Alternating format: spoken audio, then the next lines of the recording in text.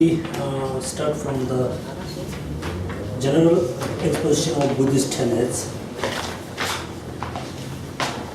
Okay, first in the sentences is talk about how Buddha Shakyamuni, achieved enlightenment. The king of Shakya, a peerless teacher, initially generated an attitude of dedication to attaining highest enlightenment for the sake of all sentient beings. We talk about bodhicitta. Okay, bodhicitta. So how Buddha Shakyamuni, attained enlightenment, how he achieved nirvana or Buddhahood. He achieved Buddhahood, through practice of bodhicitta. Generate an attitude of dedication to attaining highest enlightenment. So this means Buddha Shakyamuni become a Buddha through practice of bodhicitta. After he became a Buddha, so in order to become a Buddha, so what he need to do, he need to accumulate collection of merit and wisdom for 3 countless eons. Here, look at usually we always talk about merit, right? Merit. We don't use the wisdom. The Sanskrit name equals Sambara, So, Sambara, So. So we Tibetan use. In order to achieve nirvana or in order to achieve the highest enlightenment, you need to accumulate sambara, you need to accumulate so. For example, in Tibetan, sangye chö dang so ye cho na ba jangju ba da da gi jin so yi be so nam so right so. So can be 2 categories, merit and wisdom. So Buddha, amassed the collection of merit and wisdom. So we have 2 types of so, or 2 types of sambara. One is a kind of merit types, one is the wisdom types. Because sunam is so. So, for example, when you do prostration, reciting mantra, offering mandala, visiting all the holy land, holy place, visiting temple, everything going to be accumulated the merit sambara, not the wisdom. When you meditate on impermanence, meditate on selflessness, meditate on interdependence, meditate on emptiness, then you will accumulate the wisdom merit.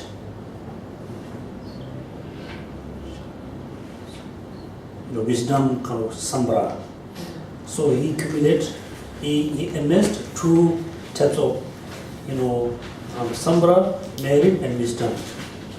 For how long? 3 countless eons. So 3 countless eons, not kind of not it is a particular number in Tibetan language. It's a 3 countless eons also is a number. And finally, through his practice bodhicitta, amassed 2 types of sambara. Finally, then he achieved Buddhahood at the Bodh Gaya. Then he becomes the perfectly enlightened. So I mentioned one time, the first time when we studied about the tenets, here look at three countless eons. So one of my classmates, he got really shocked, right? Shocked. He said, "Oh, I don't think I can become Buddha. Yeah. How I can, collect three countless eons?" He said, "No, I don't think I can become a Buddha." Yeah. In the classroom, in front of his teacher. And our teacher is so skillful, very compassionate. He said, "What happened if you not accumulate three countless eons? What will happen for you?" He said, "Look at, in order to accumulate, three countless eons, I have to be in sentient being, for long time. They say, if you're not going to accumulate, the merit and wisdom for three countless eons, then you have to stay in the samsara more than three countless eons. You have to choice." He said, "Okay, I will try." Okay. So, you shouldn't think, this number is too high. I don't think I can accumulate three eons of, merit and wisdom. Now you must remember the story of the captain, right? Captain. Who sailed the ship in the ocean. Mm-hmm. So when the businessman returned from the ocean with a lot of expensive jewels, one of the people wanted to kill all of them. He wanted to take all the expensive jewels. Then the captain killed the person, right? So he killed with a sense of pure, great compassion towards the people who go to kill others. So the captain didn't have any kind of sense of attachment about his name and fame. He don't have any kind of sense of benefit for themselves. He think if he going to kill all of them, he going to accumulate bad karma. He going to born in the Lord for many years. He cultivates very strong and pure compassion towards the person. Then he killed. Instead of he accumulate bad karma, he accumulate a lot of merit. He accumulate one countless eon merit. So accumulating merit is very much depend on your motivation. We talk about when we talk about the offering. If you have very pure motivation, not polluted by attachment, desire, anger, hatred, ego, whatever. If you have very pure motivation, you can accumulate a lot of merit within the short period of time, offering very small thing. So most important is motivation. So motivation is very important. So, that's why Buddha Shakyamuni, he accumulated 3 eons, countless eon. Then finally he achieved Buddhahood. After he became a Buddha, then he, tunes 3 wheels of Dharma. First in Varanasi, talk about the 4 noble truths. A second, very popular one, Rajgir, the vulture peak, about the Prajaparamita. Finally, the Vishala, Vishali, Vashali, the 3 great differentiate teaching. It doesn't mean he gave only 3 term teaching. So he gave many teachings. The most popular first term in Varanasi. The second term, the Prajaparamita is one of the popular or one of the great number of disabled. Third also. So now we need to talk about 4 schools. Okay. The first 2 school, Great Exposition School and Sutra schools. The 2 schools follow the first wheel of teaching, first wheel of Dharma. The second, the Chitta Mantra or mind only school follow the last teaching. And the middle school, the Umaba middle school follow the second teaching. So we have 4 schools. At the Buddha lifetime, there are around 4 schools. After Buddha give a teaching, then there's different interpretation. Due to the different interpretation, then there are 4 schools. The first school follow the first and second school follows the first teaching, and Chitta Mantra follow the last teaching. The Madhyamaka school follow the middle teaching.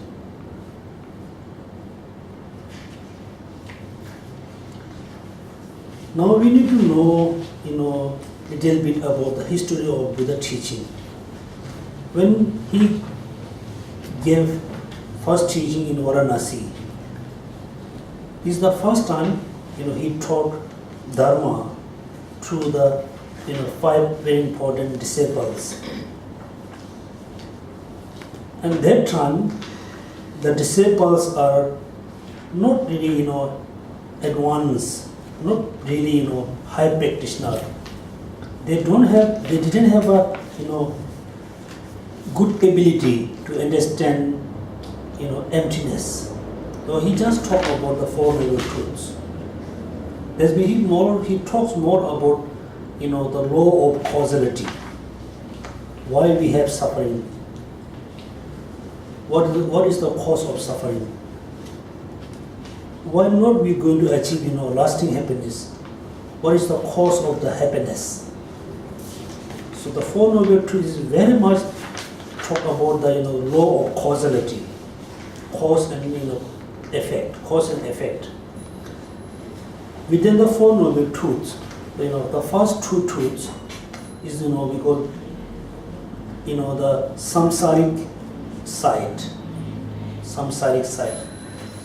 The second, the third and fourth truth is we call side of the nirvana side.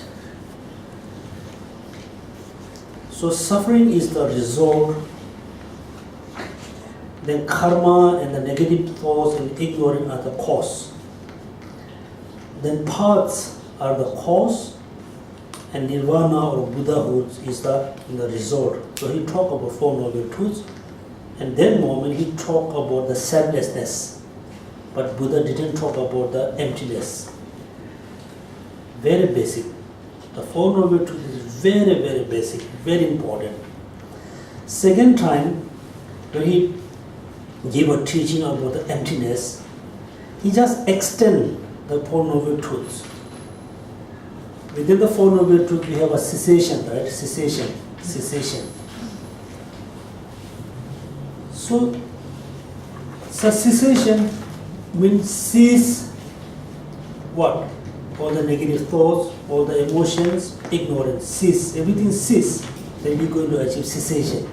Cease means stop, eliminate. So before we wish to achieve cessation, before we wish to achieve nirvana, we should ask a very important question. The question about what? The question about the nirvana. So everybody, we believe in nirvana. Also we accept nirvana. Do you really think that nirvana is achievable or not? What do you think? Can we achieve nirvana? Nirvana is kind of achievable or not? No. No, yes. This is a very important question. Then look at, so Buddha talked about nirvana, cessation. Buddha said, okay, we have a suffering, everybody know, we experience suffering. The cause are, karma, as well as the motivation, all the negative emotions are the cause of the suffering. If you really want to be, happy, you have to cease all the negative karma as well as all the negative thoughts, attachments. You have to cease, you have to stop, you have to eliminate. In order to eliminate all of them, what you need to do, you have to practice the paths. Then he talked path. But he just talked very simply. The cessation is, then second when he talked about the emptiness, he just extend the cessation. He more talk about the cessation is the achievable or not. Okay, everybody just be honest. Do you really think that nirvana or cessation, the Buddhahood, is achievable or not? Achievable or not? Yes. Yes, okay.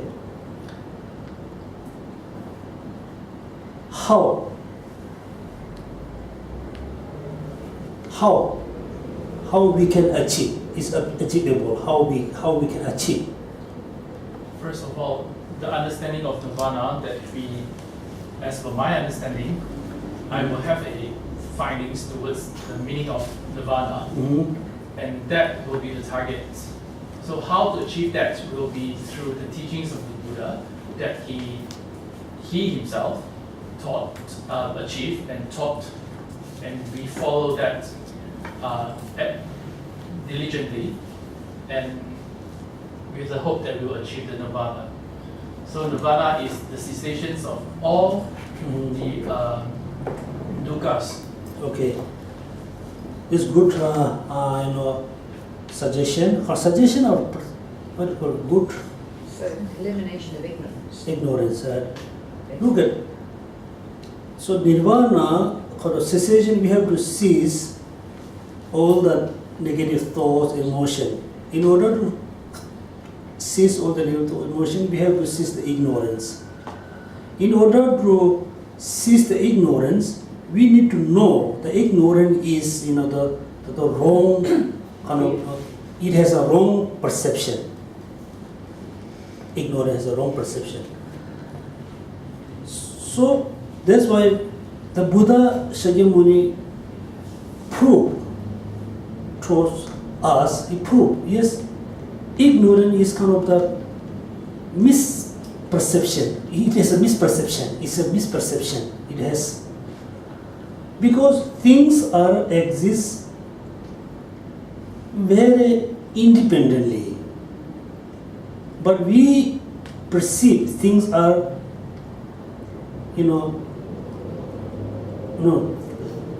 things are dependent, but we perceive independently. Actually, things exist dependently.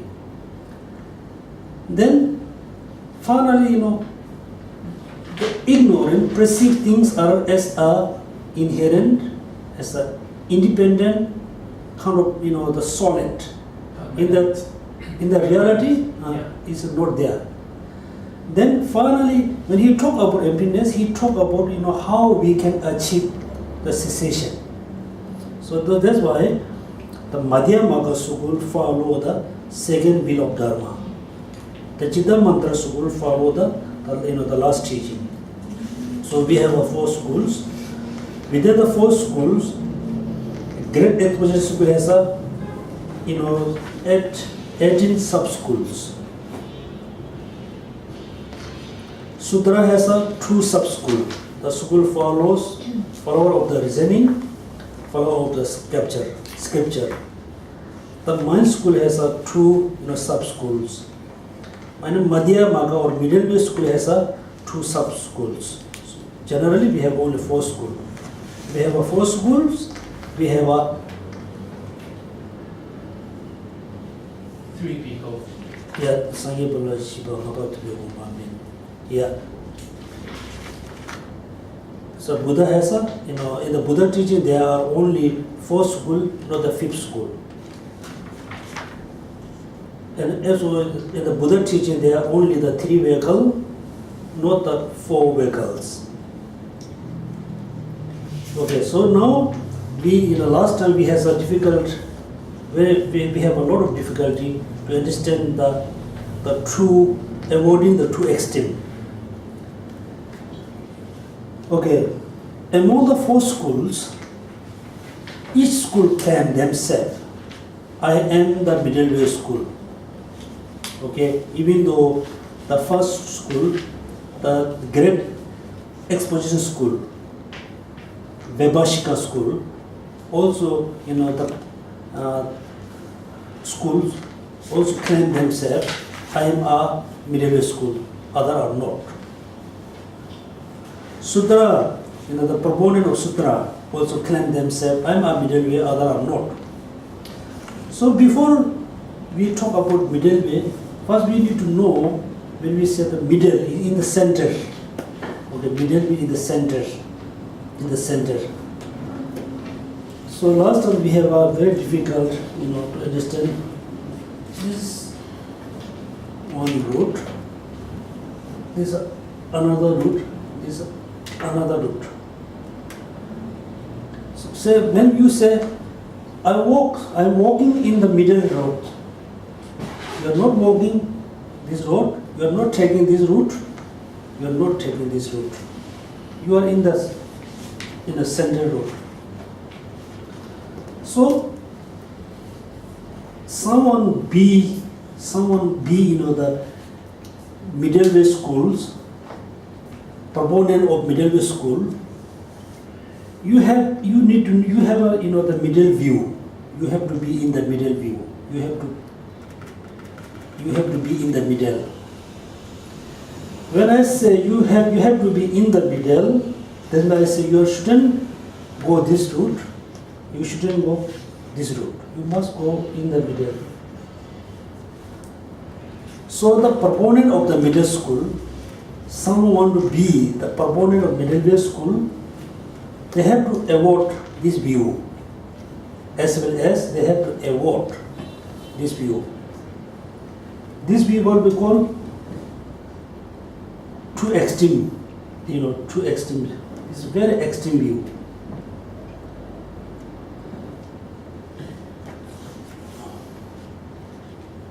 First school, then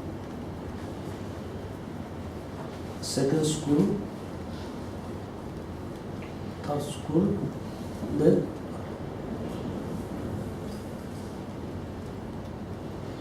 fourth schools. So according to the first, proponent school, first proponent, what are the two extreme? What are the permanent and annihilation? Yeah, permanent extreme and annihilation extreme. According to the first school, what is the permanent extreme? What is the annihilation extreme? Look at the book. The book says they are not that by saying something. They did not say that is something.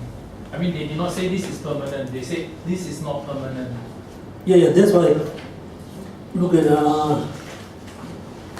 End of page 10. yeah. You see, when an effect is produced, it causes cease. Yeah. So one cause produce the result. The cause have to cease. If you say one cause produce the effect, the cause is still exists. That means you are in one extreme. You are fall into one extreme. Okay. So according to the Vibhashika school say they are middle way. When the cause produce the result, the cause have to cease. When they accept, that means they avoid one of the extreme. One of the extreme. Extreme what? Extreme of permanent. Extreme of avoid extreme permanence.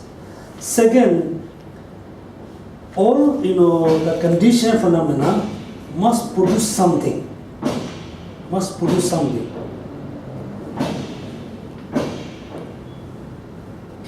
All the conditioned phenomena, when they don't they don't produce anything.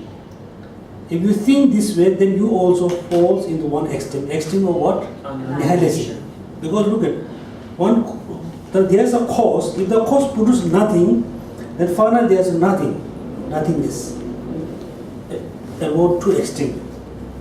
So according to this school, say no, we are not, fall into any extreme because we evolved the two extreme. We are in the middle way.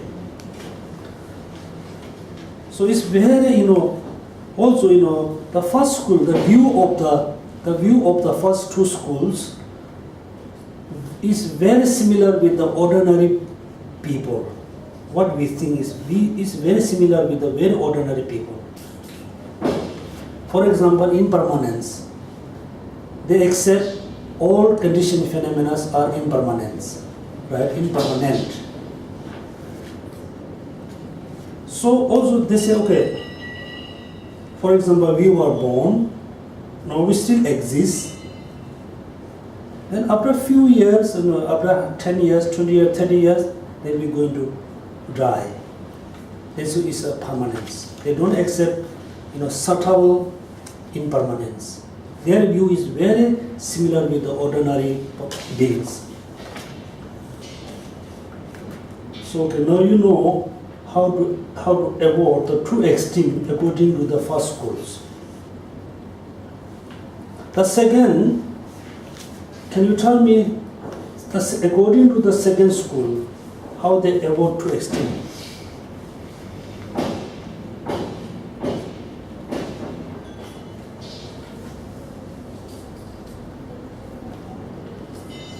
For permanence extremes, because everything's disintegrate or changing moment by moment. Mm-hmm. So because they are changing moment by moment, so it avoids the extremes of permanent. As for the annihilation or nihilism, because thing exists as a continuum or a stream. Yeah, you are right.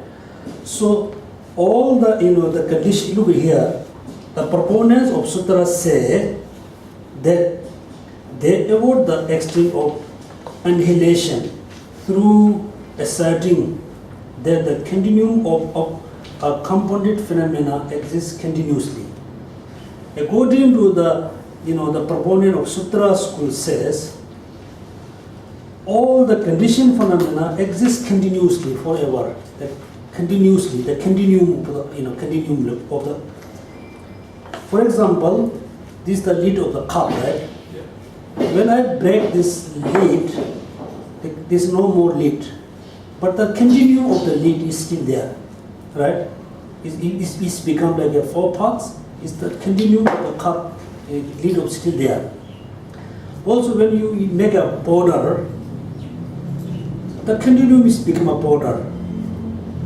So that's when, according to this, proponent of Sutra school says, all conditioned phenomena must exist their continuum forever.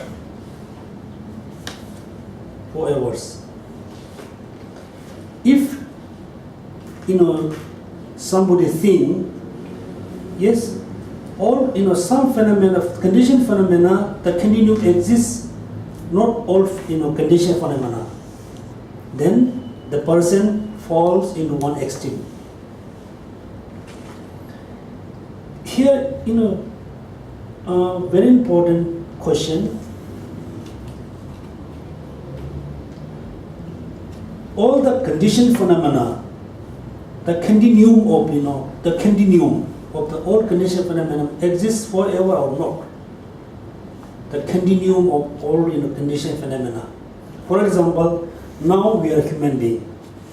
After we dead, after we pass away, if we born as a cow, the cow is continuum of me, right? Me. Next time they will born as a snake. The snake is continuum of me. So the person continues is going always there. What about the external phenomena? So today this is a lid of the cup. Break became smaller and smaller parts. Still break is become very small.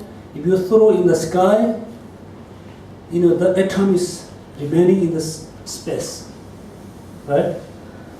That means look like all the conditioned phenomena look like the recycling. Recycling. Also think about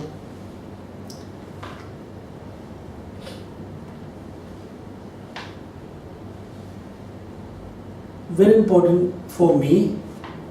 If you think this way, the continuum of all phenomena, that means, so this is today what? It's very hard matter, very hard, right? Do you think this matter can will become a finger, will become a head, will become a eye? This cup in the future can be anything. Yes. Right? So today is very hard. If you make a powder, it becomes soil.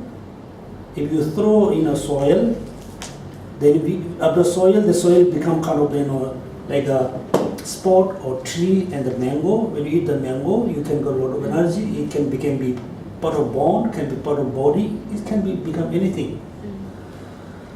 So according to this school, they believe all conditioned phenomena, they have a continuum. The continuum exists forever. If there's no continuum, then they've said you fall into extreme. The second extreme is what? According to this school, Annihilation. inhalation. What are these?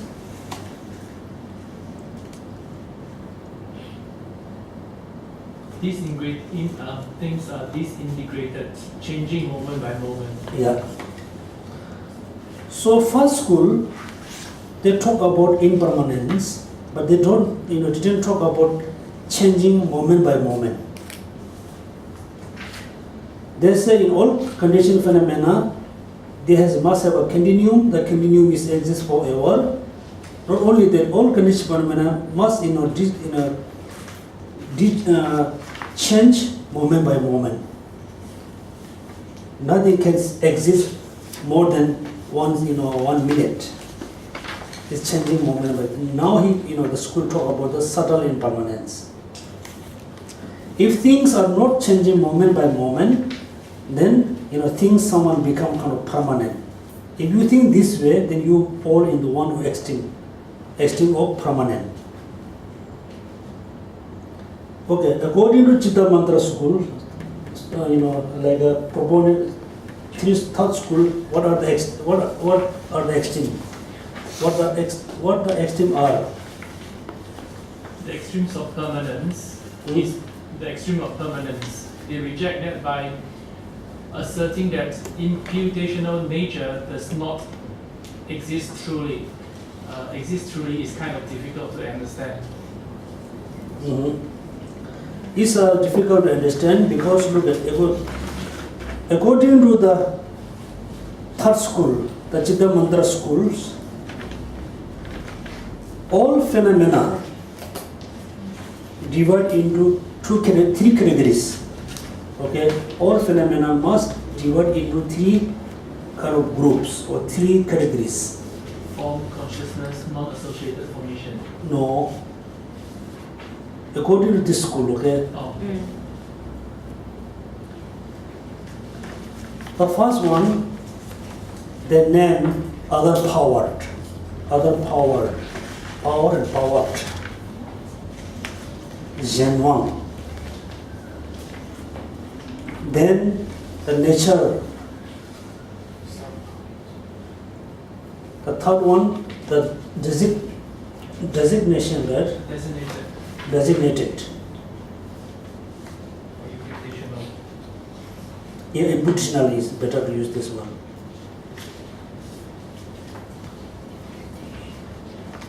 Yeah, look at it here. The proponent of mind only say that about the extreme of permanence by imputational nature do not truly exist. This means the inputted phenomena. Another one,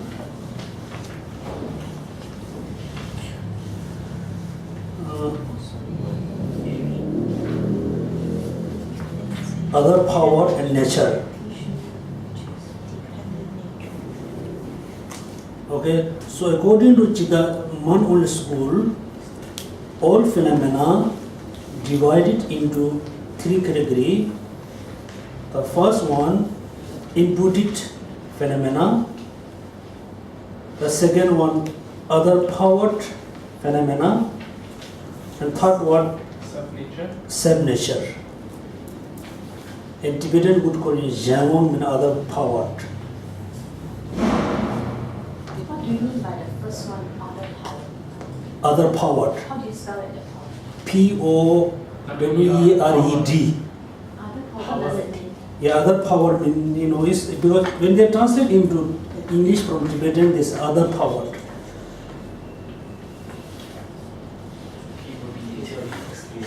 So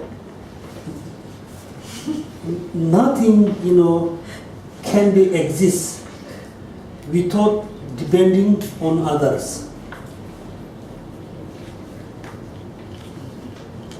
Nothing can be exist, without depend on others.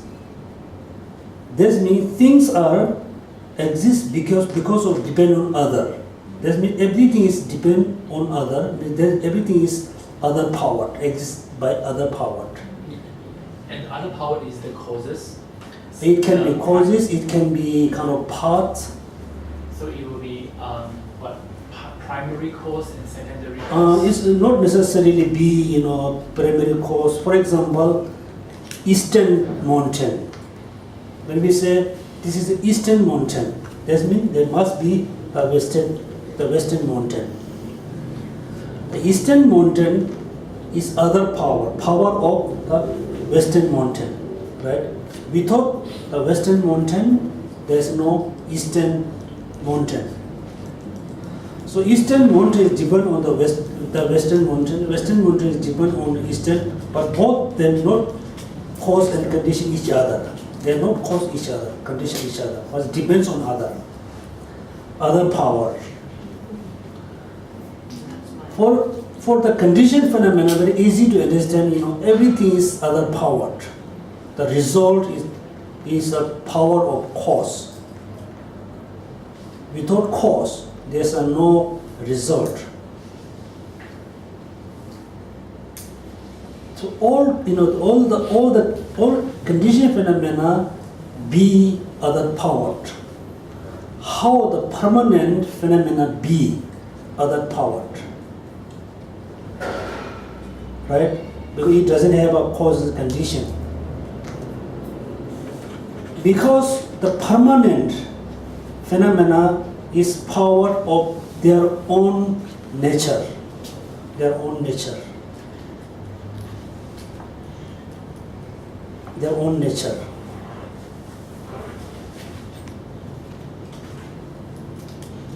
Sort of understand? Other nature, other power. Conditioned phenomena for you very easy to understand. They are other powered, right? Everything is depend on their particular causes condition. Without their causes, that can be nothing can be exist. How about the permanent phenomena? Is other power. They are power of their own nature. All the permanent phenomena powered by their own nature. So according to the Manoli school must say that all phenomena divided into three groups: inputted phenomena, other powered, and self nature. For example, this cup itself is other nature, other power. Cup is within the three categories. This include into other power. This cup. The selflessness of the cup include into self nature. Okay, cup is include into what? Include into other power. The nature of this, the emptiness or selflessness, the selflessness of this cup include into what? Self nature. Now, what is the inputted phenomena of this cup? That we perceive it to be permanent is the imputed phenomenon. Yeah. So we perceive this cup as a permanent. This is the inputted phenomena. So within the three, within the three phenomena, the first inputted phenomena not exists. What? Not exists. Truly exist. Not truly exist. It exists, but not truly. Other true, phenomena exist as well as exist truly.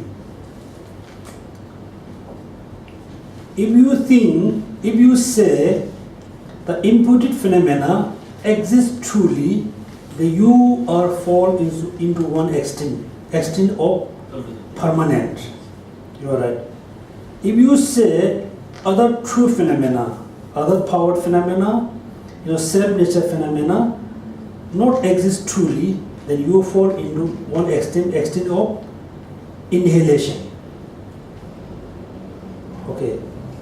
And next, the middle way school. According to the middle way school, what is the permanent extent? Imputed nature exists truly is the permanent.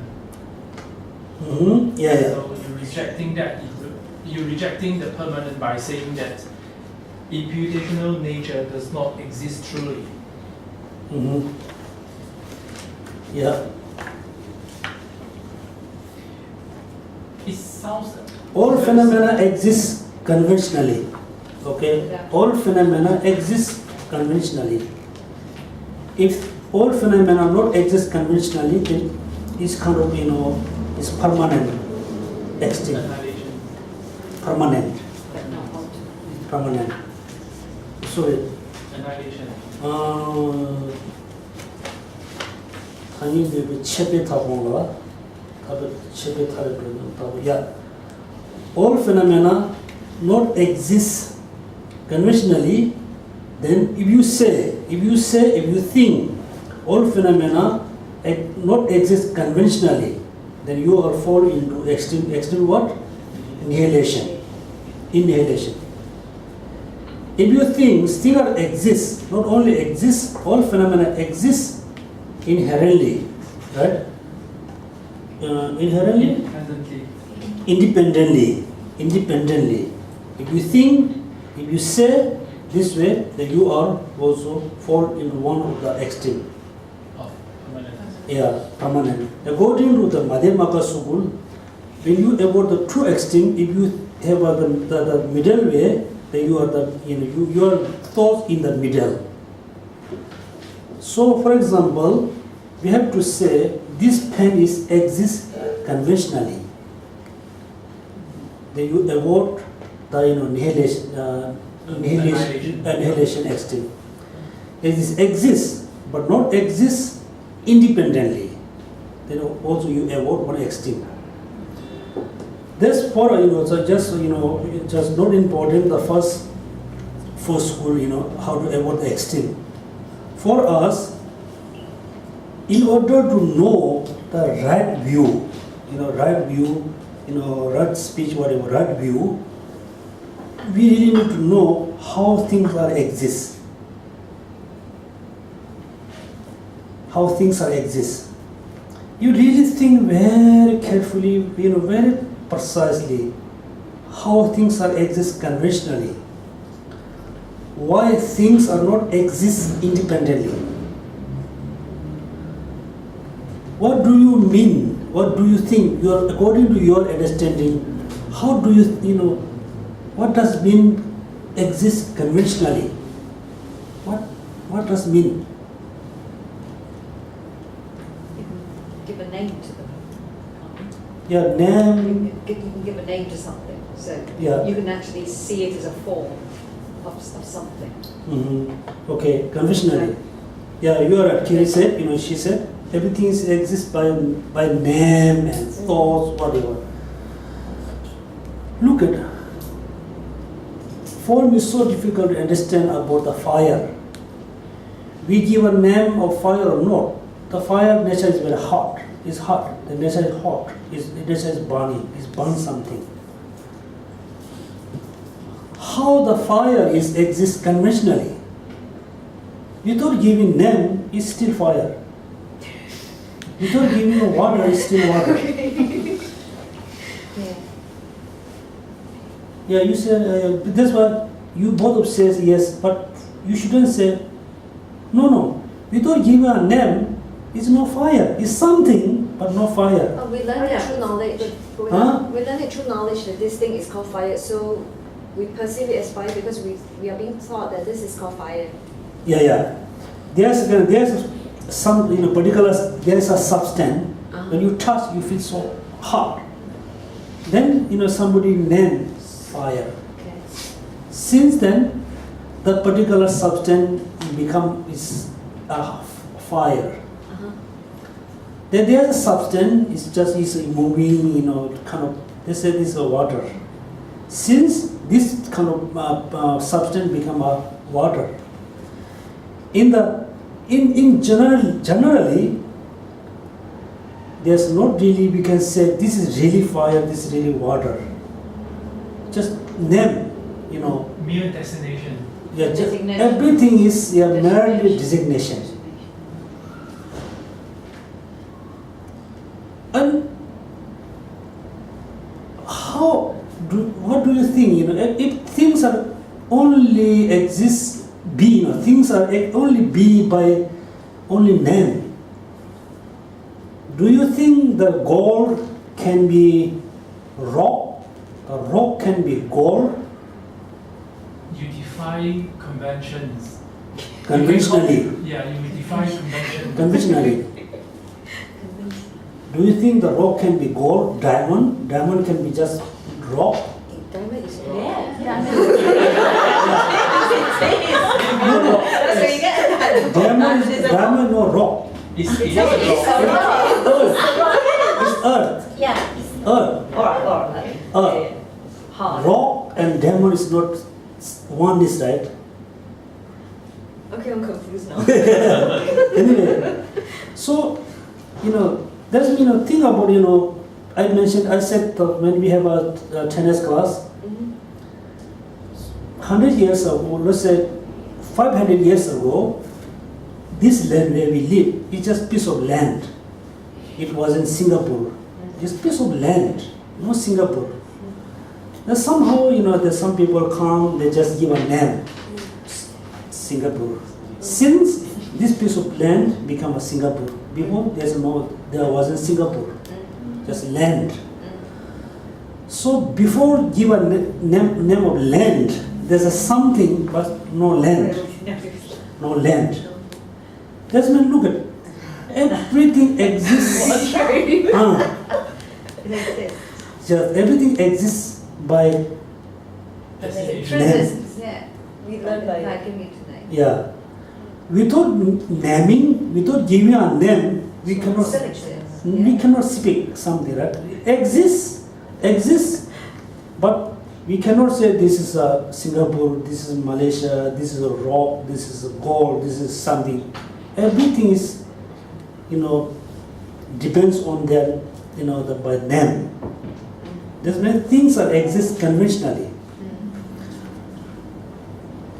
And also think about, big and small, and good and bad, long and short, east and west.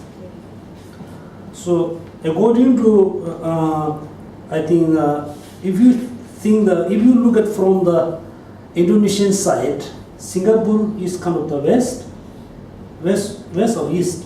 Well, you can't because You can't. Indonesia is so big. Indonesia is very big. But Say Malaysia. We are surrounded by India and Malaysia, South. yes, south. south. So look at Singapore is the south of the Malaysia. Yeah, Malaysia is north This of means Singapore. north of the Indonesia. Yes. Yeah. We are north of Indonesia. Right. North of Batam. But Singapore can be east, can be west, can be north. Correct. So that's why it very much depends on something. There's many things that exist conventionally, why not things are exist? Why not things are exist independently? If things exist independently, it has to be self-sufficient. Mm. But even self-sufficient, It still comes from it still depends on the previous self. You Yeah. don't have Yes, a it's true behavior, self. or something comes from something else. If something, if some phenomena exist independently, what will the, what is the kind of man argue? You going to argue, make argument? I mean, it is permanent. It's It cannot be permanent. changed. Yes. It is partless. It must. Yeah, partless. For example, this pen exists independently, then the pen is have to be exist all the time, always. Yes.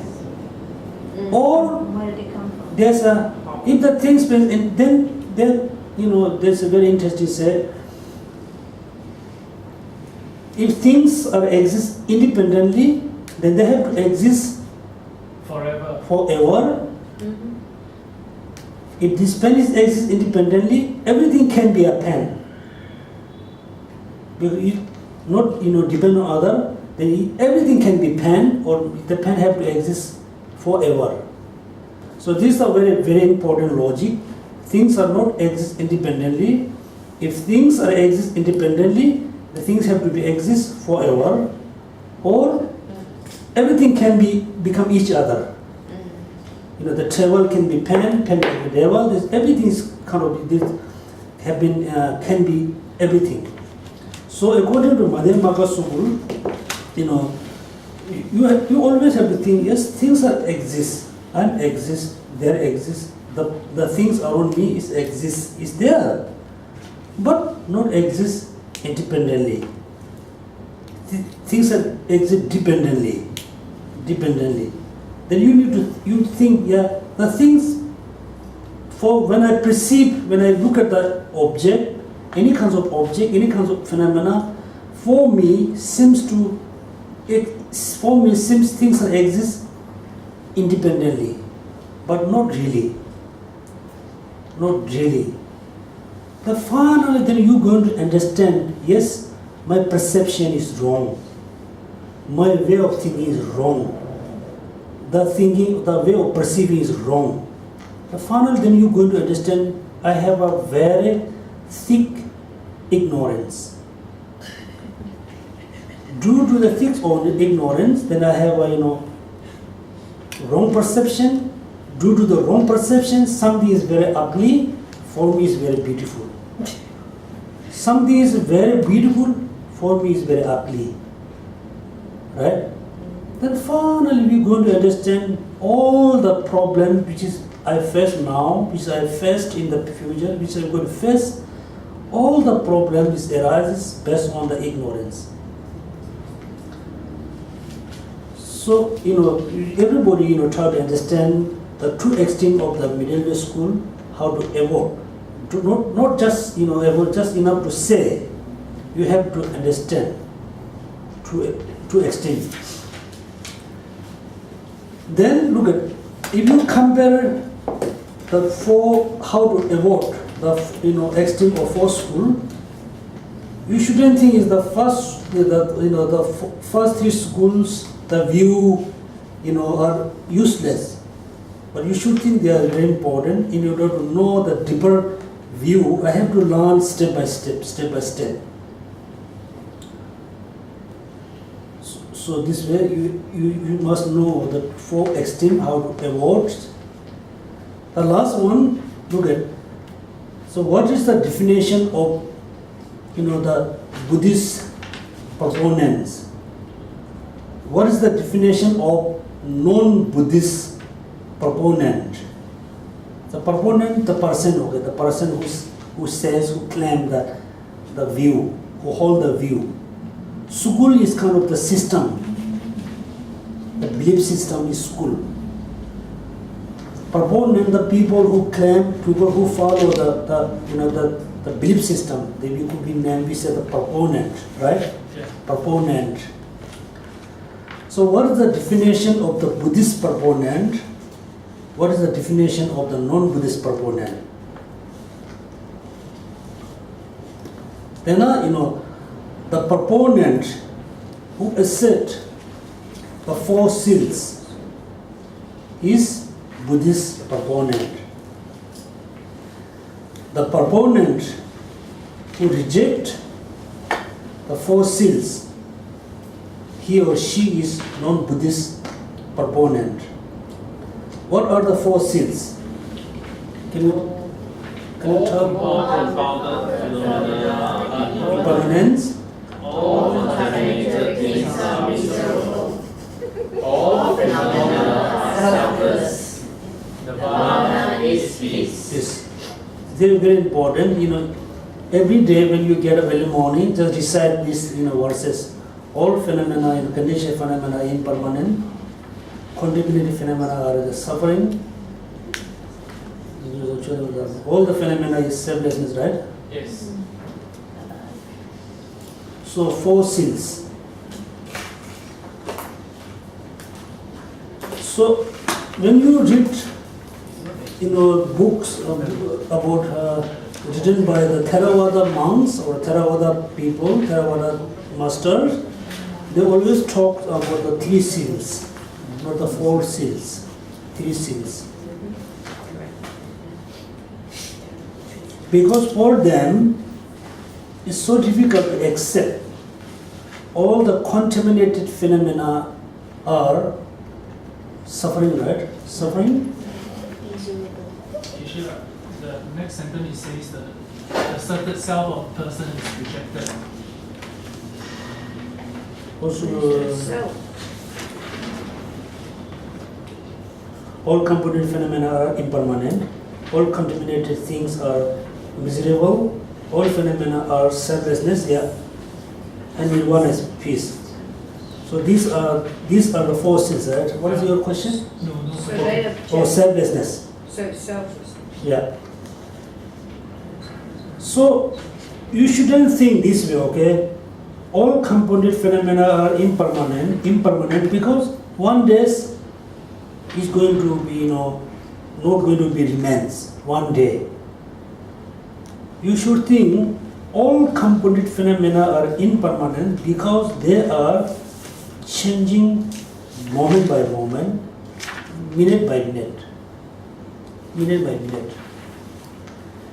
When you truly understand all compounded phenomena is changing moment by moment, and for you very easy to practice patience. For you very easy to overcome from any kind of worry. For example, somebody has a problem with someone you really don't like. You think he or she is my kind of enemy. Yeah, you shouldn't think this. You should think, yes, now he or she is come my enemy. He or she will change. Next, they will become my best friend. Shouldn't have a really sense of hatred. Right now, you have a best friend. You think he or she is my best friend. You are the best. You shouldn't have a really sense of attachment. You should think, yes, he or she was best friend. Next, he or she will become my pure enemy. Also now we have the has problem, right? Has. Many people have a very little depression, not depression. Huh? Dislike, not happy. I must go somewhere for 1 or 2 weeks. Yeah, somebody wants to come to Singapore. They think, I don't want to go. The weather is not good. You should think, yes, today the weather is very bad. It will change. It's bad. I will have the better weather. Things are changing moment by moment. All we think about your the inner level, the anger, attachment, desire. Very interesting. You just think your own experience. before we go to eat kind of very delicious food, we are very excited to go to that place. Very excited. When you are there, you are very hurry, very excited to come, you bring the food on your table. Very excited, very hurry. When you eat, you still, really excited, very kind of worried. If you think whole in the duration, everything is changing. You're going there, it's changing. When you eat, it's changing. Everything is changing moment by moment. You shouldn't have somebody have a difficulty time. Shouldn't worry. You have a very kind of happy moment. Shouldn't be really strong attachment. Just think, yes, this is way of my life. Today I have a difficult. Tomorrow I will have a better time. So you really have to understand, that all compounded phenomena are impermanent. Not just enough to say, you need to feel, you need to really understand. Then, if you really understand the subtle impermanent, subtle level permanent, the more important, it reminds you, one day, you have to leave this world, you have to leave Singapore, you have to leave your family, you have to leave everything. The house, the car, the money, the position, you have to leave everything. When you leave this world, what you can carry, what thing you can carry with you? The money, the position, nothing except karma. Except the karma, it doesn't matter you have a good karma, you can carry with you. It doesn't matter if you have a lot of bad karma, you cannot live, you have to carry with you. So it reminds you impermanence. One day you have to go, when I go, I can carry only the positive, kind of negative or positive karma, except nothing. Then it reminds you, you always try to have the positive thoughts. Always try to have a, positive karma, not the negative karma, not the negative thoughts. Negative karma result, giving the, bad result. Negative thoughts also giving the bad result. We don't want any bad result. Impermanence. And all contaminated things are miserable. Right? It reminds you, somebody say, oh, today I am really happy. Yesterday I wasn't. Today I am very happy. I am truly happy. Right?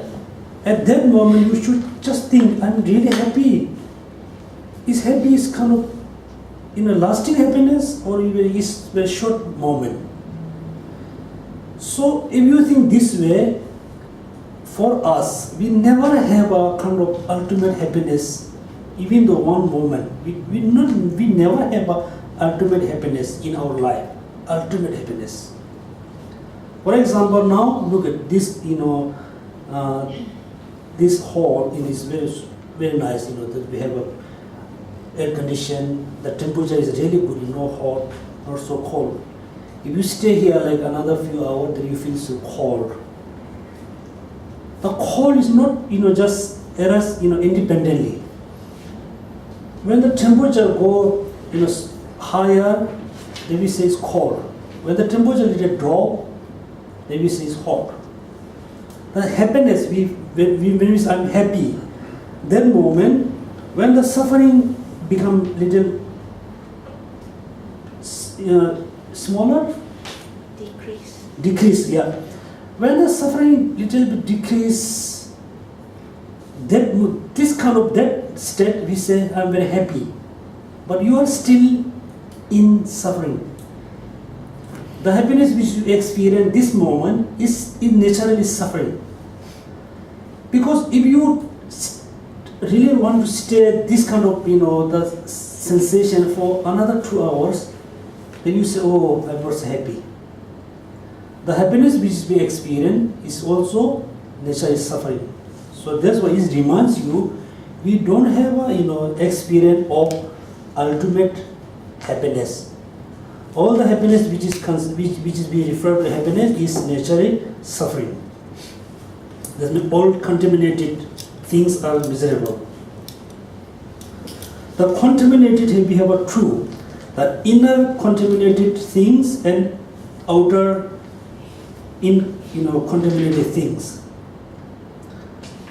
The external, for this table, look at this table is also contaminated phenomena. This table. How? Yeah. Because this table can be, through this table, there's a two reason. One is this table is result of, the contaminated karma. Result of contaminated karma. Karma has a two categories.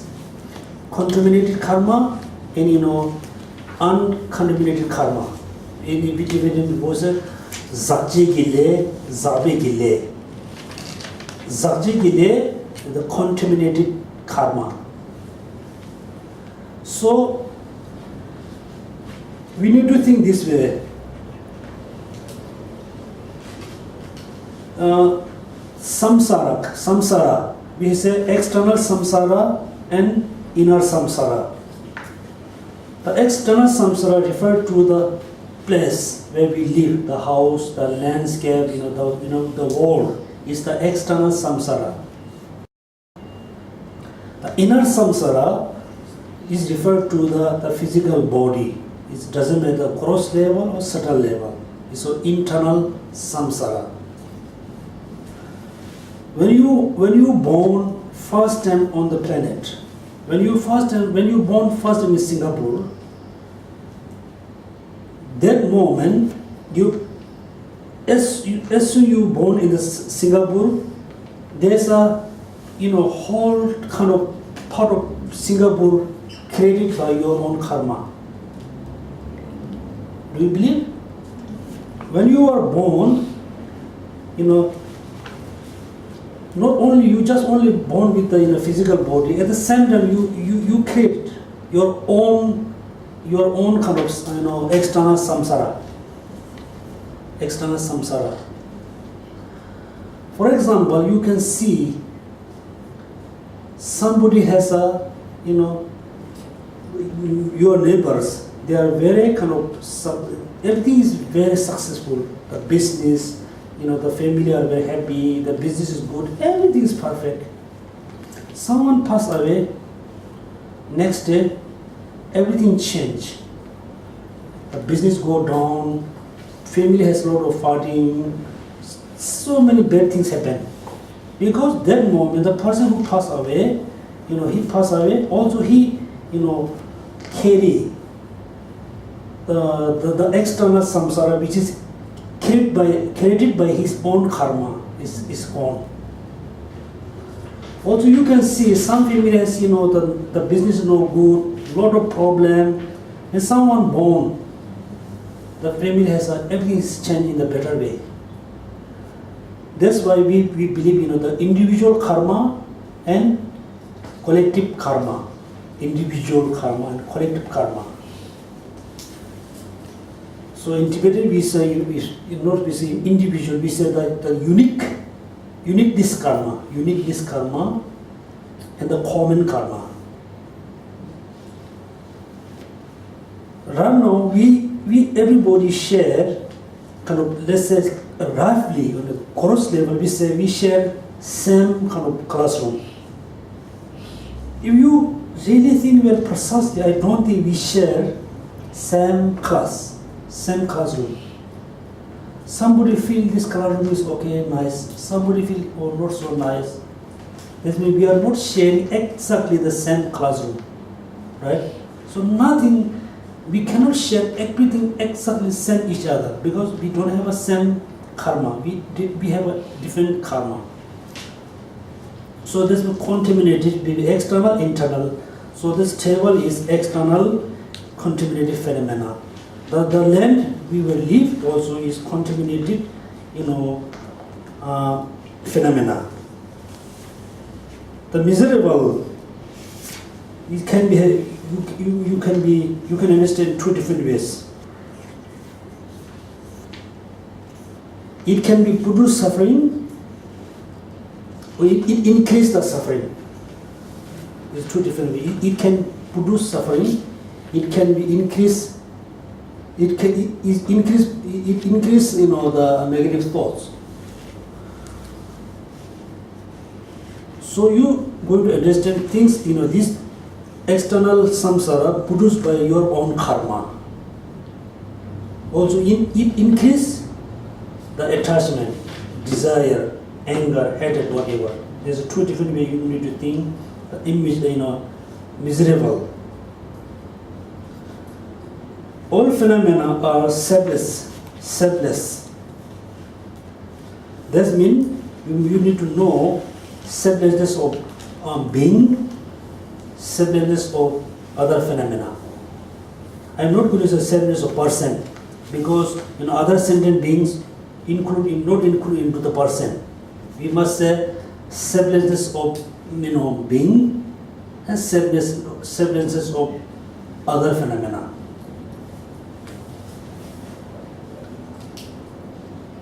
Selflessness. Nirvana is peace. I don't think you have a question about Nirvana is peace.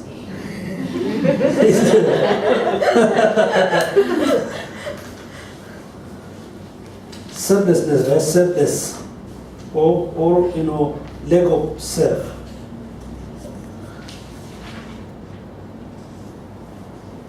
So we learn about the four sins. You have to understand through your own experience.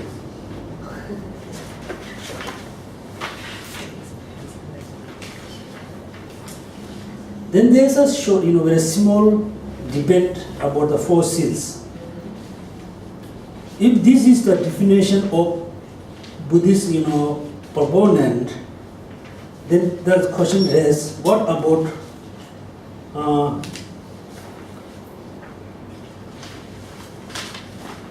there is a question, what? Vasiputraya. Yeah.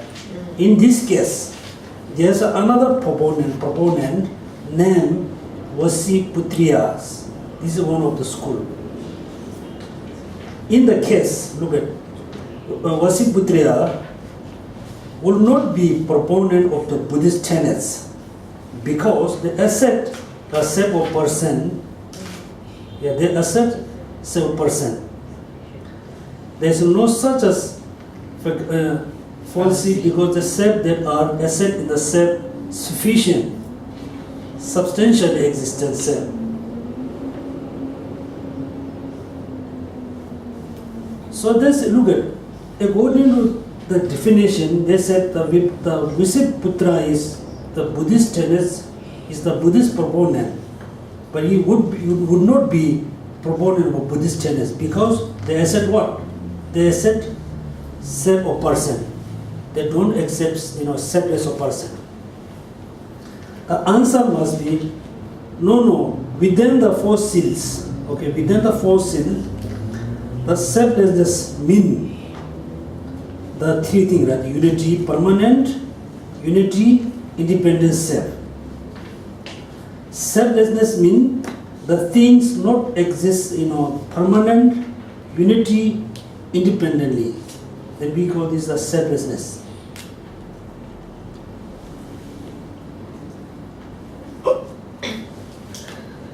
Right? So before we talk about that, can you give me some idea, kind of definition of self? Definition of some kind of idea, what does mean self? Self. Yeah.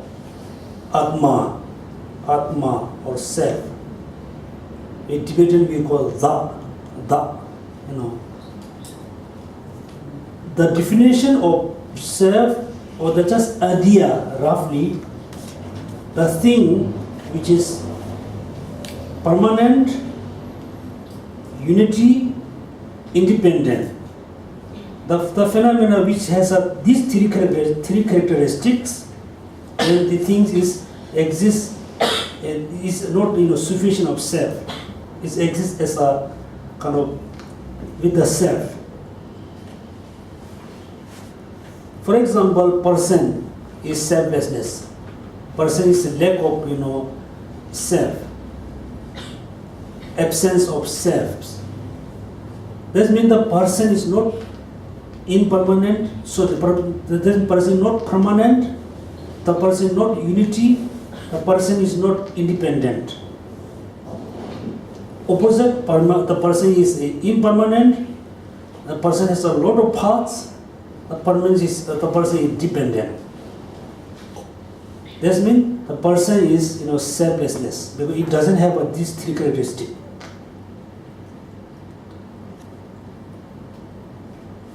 So there's a short kind of very small argument. The next we going to explain about the each school, the Vaibhashika school.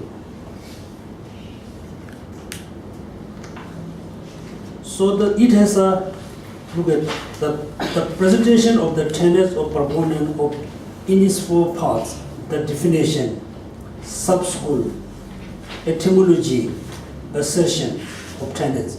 All school has these four parts: definition, sub-schools, etymology, assertion. The definition is very important. When you don't have a definition, then you're not going to avoid argument. You're not going to avoid debate. The definition. So according to Buddhist philosophy, definition is very important. So most phenomena has their own definition. When you understand the definition, then you can understand this phenomena and that phenomena are not same. They're different because it has this definition. That phenomena doesn't have this definition. So definition is very important. So first we learn what is the definition of proponent of the Vaibhashika or Great Exposure School. What is the definition? A person propounding lesser vehicle tenets who does not accept self-cognizing consciousness and who asserts external object as being truly established. Yeah, this is the definition of proponent of great exposition. It's a lot of parts, right? First, a person. Second is propounding the lesser vehicle tenets who does not accept self-cognizing consciousness on one part. The another part who accept external objects are being truly established. It's a lot of parts. So it must be a person, Geshe. It must be a person. The first part it says a person, that means it does not include Deva, Devis or other realms that has intelligence. Yeah, because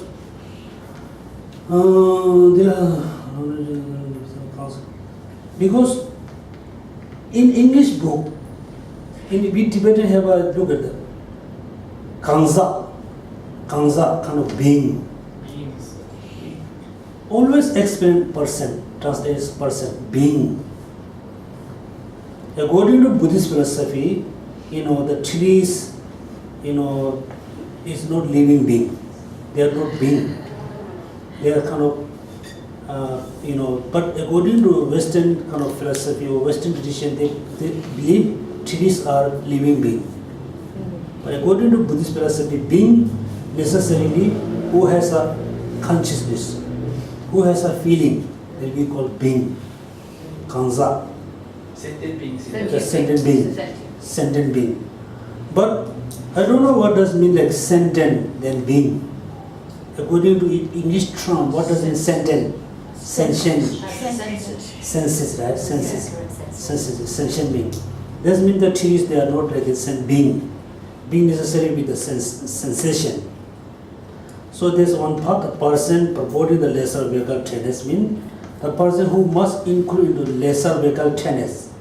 Okay, you shouldn't mix lesser vehicle and lesser vehicle tenets. Also shouldn't mix the lesser vehicle practitioner and lesser vehicle tenets. Lesser vehicle is kind of part, is kind of practice, you can practice.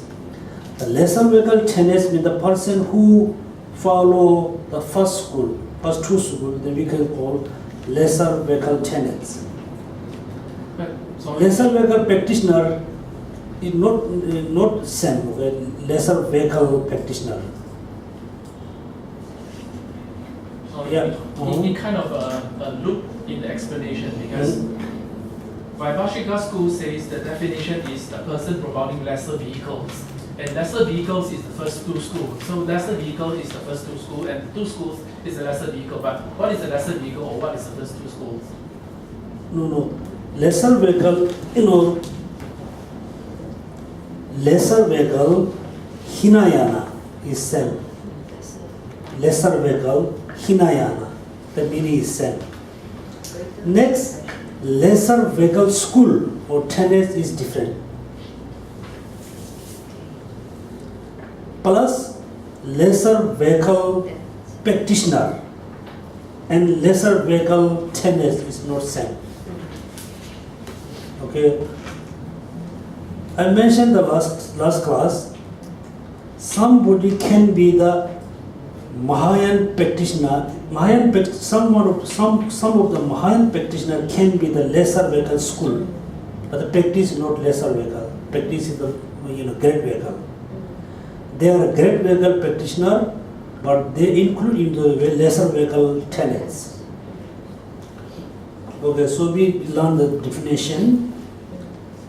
So there's a lot of parts. Okay, the last one does not accept, self-cognizing consciousness. Self-cognizing consciousness. Rounding. Here, very important, concept. Some school accept self-cognizing consciousness.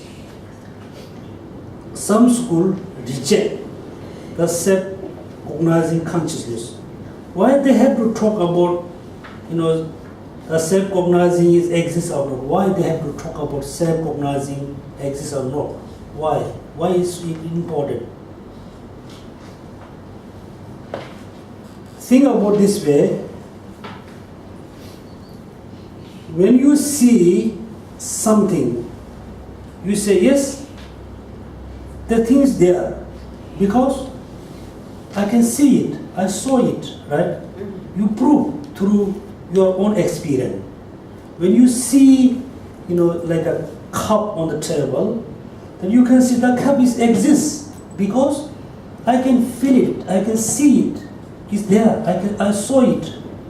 But that means the cup exists because it can be proved by what? Eyes consciousness. Without eye consciousness, you cannot prove the cup exists here. That means the cup exists because it is comprehended by eyes consciousness.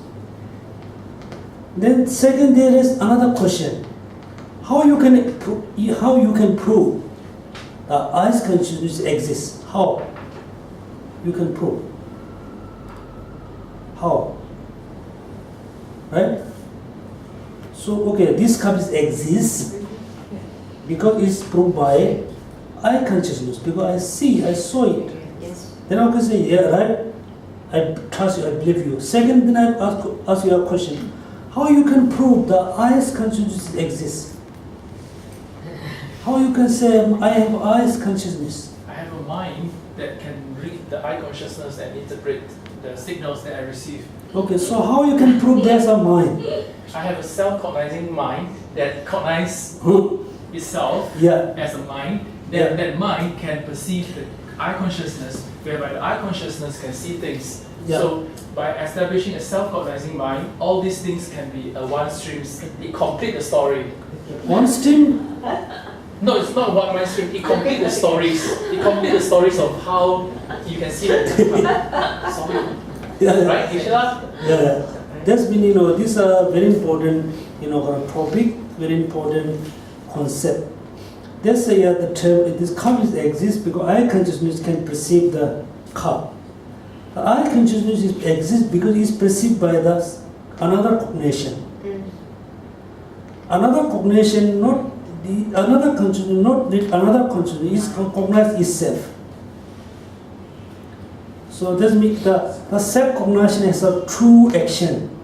One, they have to perceive the eye consciousness. Second, they have to perceive themselves, itself. It's kind of, Complete story. yeah. The second, other school who don't accept the self-cognition, how they can prove the cups exist, eye consciousness exists. Their view is very simple. They say you don't need you don't need another kind of consciousness which is you can prove the eye consciousness exists. Because if somebody asks you, can you see the cup? Yes, that person say yes, I can see it. That means you have eye consciousness.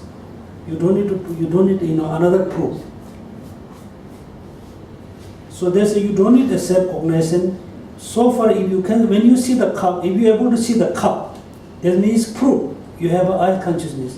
You don't need other consciousness which can prove the eye consciousness. It's a very easy one. That's why the Madhyamaka school, among the consequent school reject self-cognition, and the first, the school also reject the self-cognition. So, related to this topic, It's over. sorry, over. Okay, related to this cognition. So there's four different types of cognition. Four different types of cognition. One is the five senses cognition, and the mind cognition, and the yogic cognition, then self-cognition. Also related to the cognition, there's two types. One is cognize the object, the nakedly.